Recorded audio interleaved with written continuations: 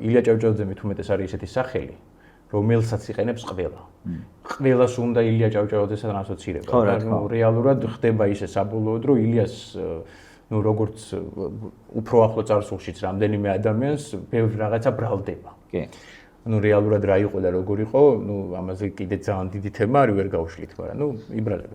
ამიტომ რაღაცა ახლა თლად ილიას ვერ მოსპობენ, რა თქმა უნდა, საგანმანათლებლო სივრცეები.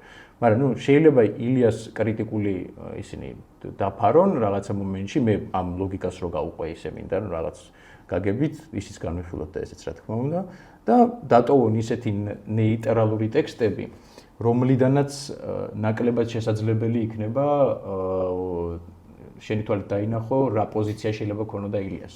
კი, ანუ ზოგადად განათლები, ახლა განსაკუთრებით ანტისამთავრობო წინააღმდეგობაში რო ჩანან მოზარდები და ახალგაზრდები, კაფეოა ეგ, ხო? ნათელია. განათლების სისტემის რაღაცნაირად მოთოყვა გახედნას უხეშად ვიტყვი, რომ ეცდება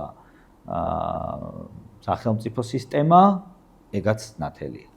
რა ფორმით იქნება? ამიტომაც არის ეს ეჭვები, რომ ეს ხო არ არის, ვთქვათ, მართული პროცესი, რაღაცნაირად წინასწარ გათვლილი იმისთვის, რომ ეს უფრო კრიტიკული ტექსტები უკან გადაიწიოს, უფრო რაღაცა ყვავილები და პეპლები წინ წამოვიდეს, ან და ისეთ ტექსტები, სადაც შეიძლება მეტად იყოს აქცენტი მშვიდობაზე, ნაკლებად თავისუფლებაზე და რაღაცა, ასე ვთქვათ, ფასეულობათა გადაფასება მოხდეს და ამის ინტეგრაცია მოხდეს თვითონ პროგრამაში.